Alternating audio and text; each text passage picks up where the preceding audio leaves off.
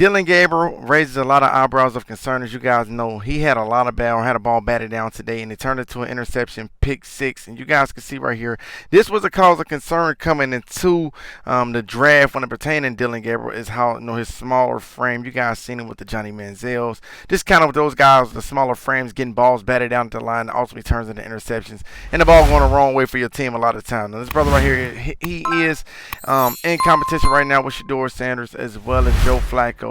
McKinney Pickett, this brother right here, did have an interception today, but he also threw a couple touchdowns. Shedeur Sanders was pretty flawless today, but I do believe today was an eyebrow raiser for Dillon Gabriel, as many people will now start to scratch their ear about that height element that many people was concerned about from the beginning. Hit the like button for me right now if you guys are excited to see this Cleveland Browns competition. If you guys are excited to see Shedeur Sanders try to work his way up the depth chart, subscribe right now. Go turn that post notification bell on to all and hit the like button. Now you guys can see this brother right here in Mason is a dog on the defensive line, and you guys can see he is causing havoc or caused havoc, and he batted ball down with Dillon Gabriel that ultimately ended up turning into an interception. And they got a lot of people talking about Dillon Gabriel and is his height or will his height be a concern moving forward for the Cleveland Browns. Now many of you guys already know this guy was not supposed to be drafted higher than Shedeur Sanders. Let's call a spade a spade. But either way, both of those guys got drafted, by the same team. And you guys can see this was a previous interception that he threw right here in minicamp. And things are starting to stack up as Shedeur Sanders is not throwing any interceptions. He's continuing to be flawless.